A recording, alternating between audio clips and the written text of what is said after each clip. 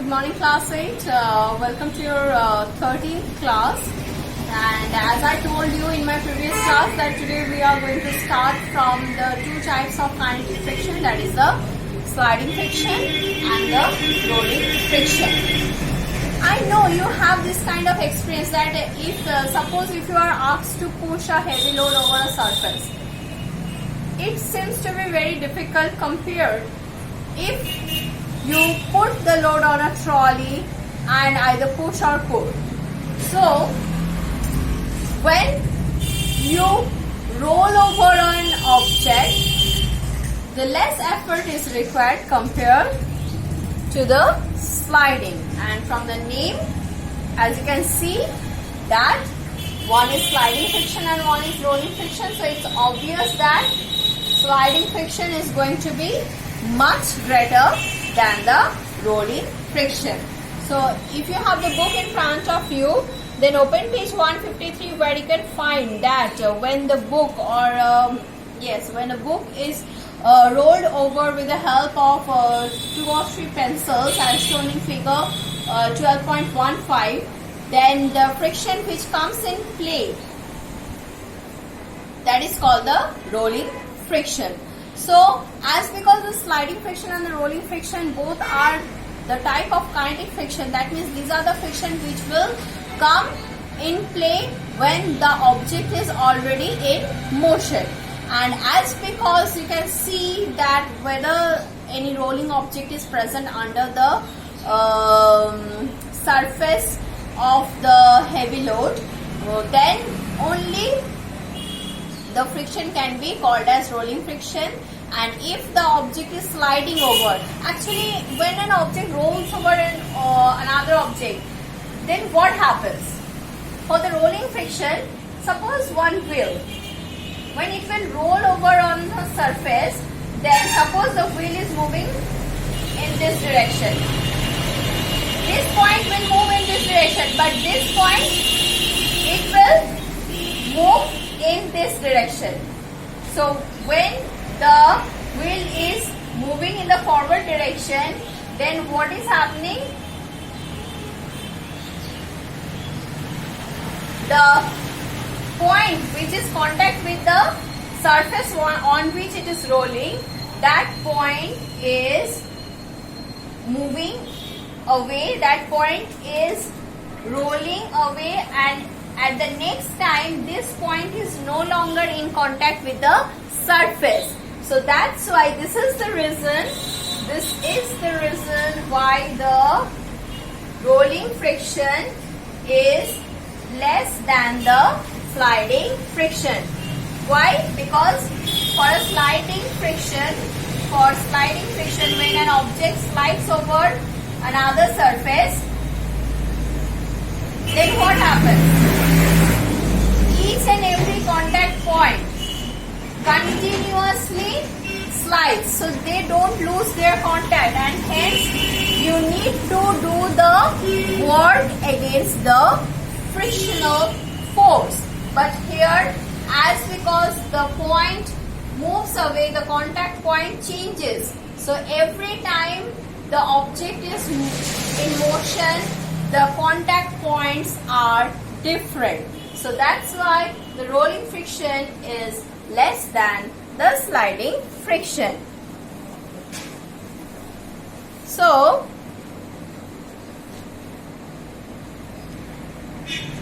see here,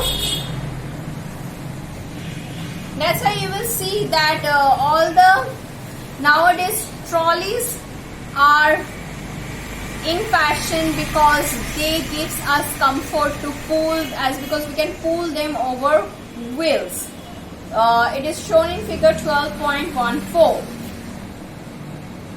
So what is sliding friction? The friction which comes in play when the object slides over another object, then the friction is known as sliding friction. Whereas when the object when one object rolls over on another surface, then the friction which comes in play is the rolling friction. Here I would like to tell you one tricky question, that when for a rolling object, as because you can see the point of contact, when this wheel is moving forward, the point of contact this portion, this point is moving in this direction, but this point is moving in this direction. So at the point of contact, the friction is on this direction, on which direction the body is rolling. So it is one tricky question, sometimes comes in any kind of competitive exams, that when one wheel is moving forward, in which direction the friction will act. You have to write down the friction will act in the same direction, as because you can see the point which is contact with the surface is moving backward while rolling forward. So that's why the friction is in the forward direction. Okay. Now the last section of our chapter, that is the fluid friction. So come to page 154. Okay, before coming to page 154, in figure 12.16, you can see the ball bearings. So the ball bearings are used between two machinery parts, so that they, in place of sliding over each other, they can have a rolling contact between them because of the rolling ball bearings, so which reduces the friction. Okay. Now comes the fluid friction. So as I told you, anything that can flow is known as fluid. So here the fluid friction can be observed both in case of air and liquid. So you know that air is a very light and thin, yet it exerts frictional force, which is known as air friction on objects. Similarly, water and other liquids exert force of friction when objects move through them. In science, the common name of gas and liquids is fluids. Already I have told you. So we can say that the fluid exerts force of friction on objects in motion through them. The frictional force exerted by fluid is known as drag, because someone is dragging you behind. So the force, the frictional force exerted by any kind of fluid will be known as drag. The frictional force on an object in a fluid depends on its speed. So if you will increase the speed with respect to the fluid, then the frictional force also depends on the shape. So if you will increase the speed, the drag will be more. The frictional force on an object in a fluid depends on its speed with respect to the fluid. The frictional force also depends on the shape. That's why you find that narrow. So the special shape is called the streamline shape. So how the streamline shape looks like? It has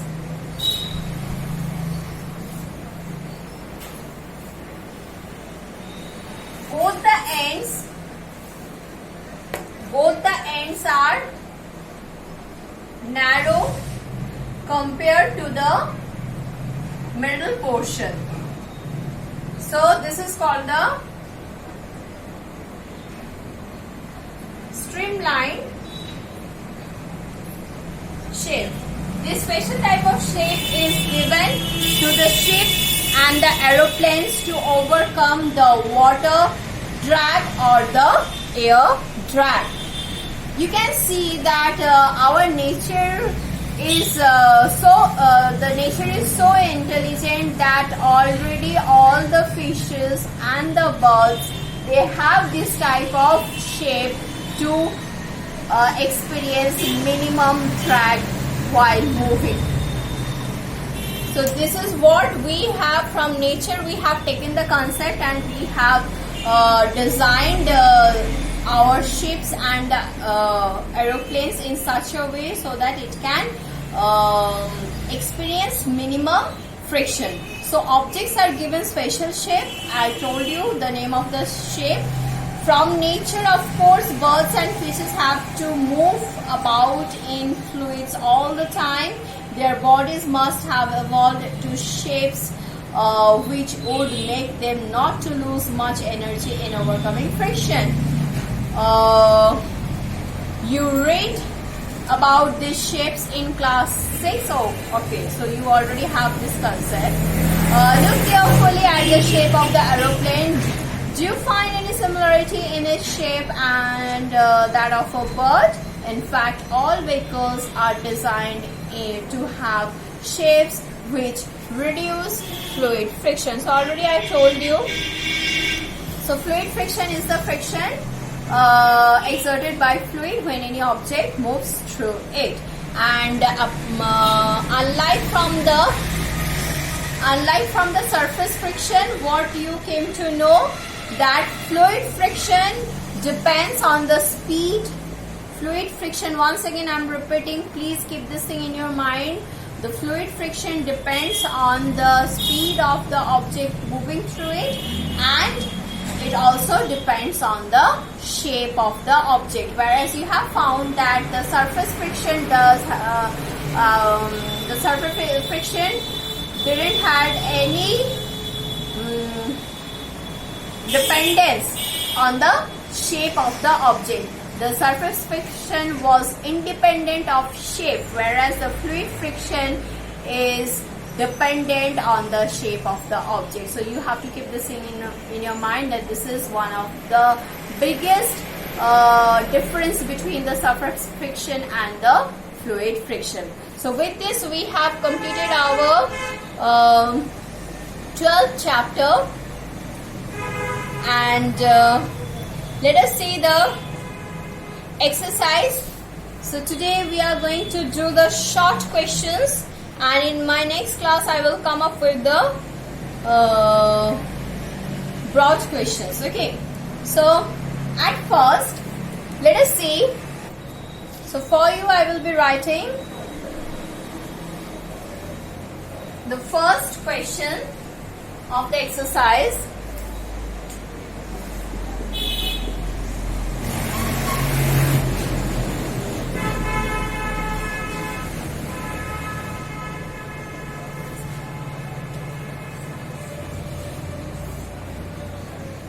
Number 1. Friction opposes the dash between the surfaces in contact with each other. Friction opposes the dash between the surfaces in contact with each other. That is the motion.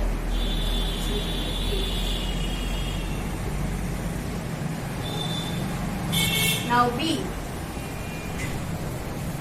The next one is friction depends on the dash of the surfaces. What is that? Nature.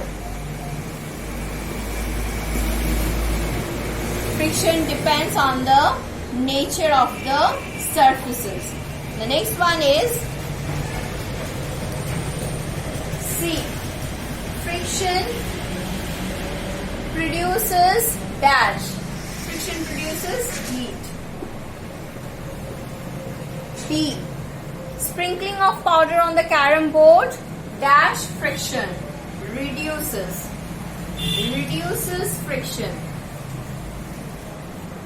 And the last one, sliding friction is dash than the static friction. So sliding friction is a tricky question. You have to keep it in your mind that sliding friction is a kind of kinetic friction, and we all know that kinetic friction is always less than static friction. So sliding friction is less. Sliding friction is less than the static friction. Here the static friction, you have to keep it in your mind that the maximum static friction.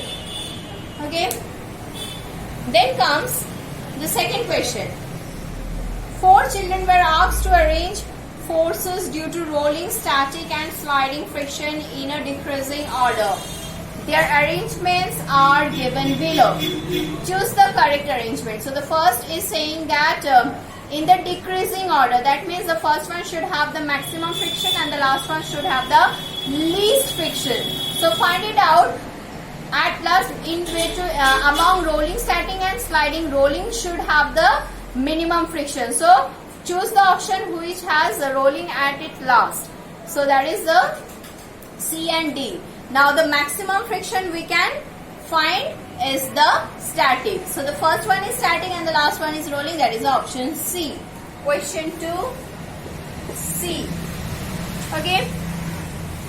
That is static, sliding and rolling in the decreasing order. This is in decreasing order.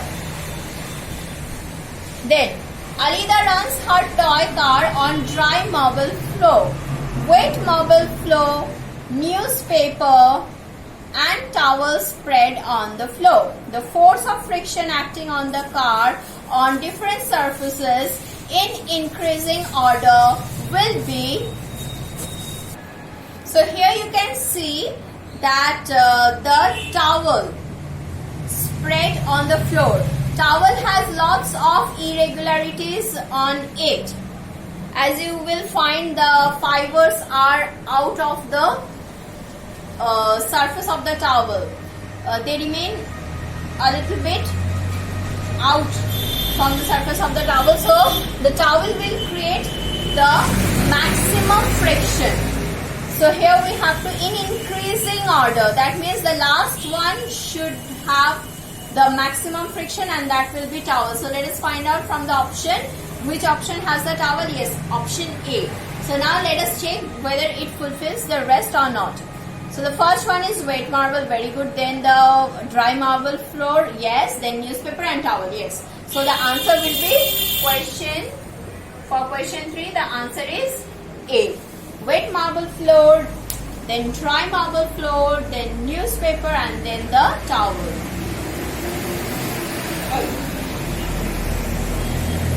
So the next questions are,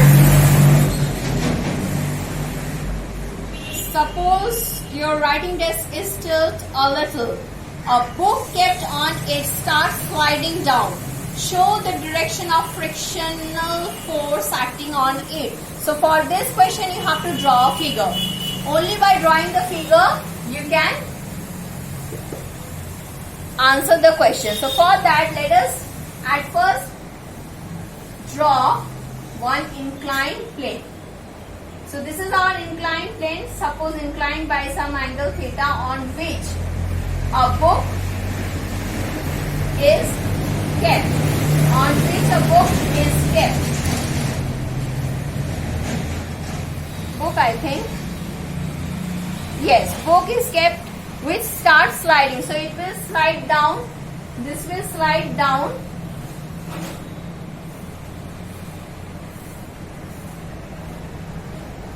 So it is sliding down. Then now you have to show the direction of frictional force acting on it.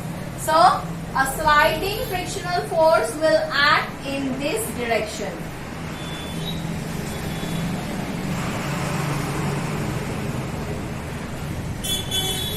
Sliding friction will act in the opposite direction of the motion. Okay, so this is how you can complete question number 4. Now rest of the questions are broad questions. I can see question number 9. Give examples to show that friction is both a friend and a foe. So here you have to write 2 examples, each for friend and each for foe. It's very simple.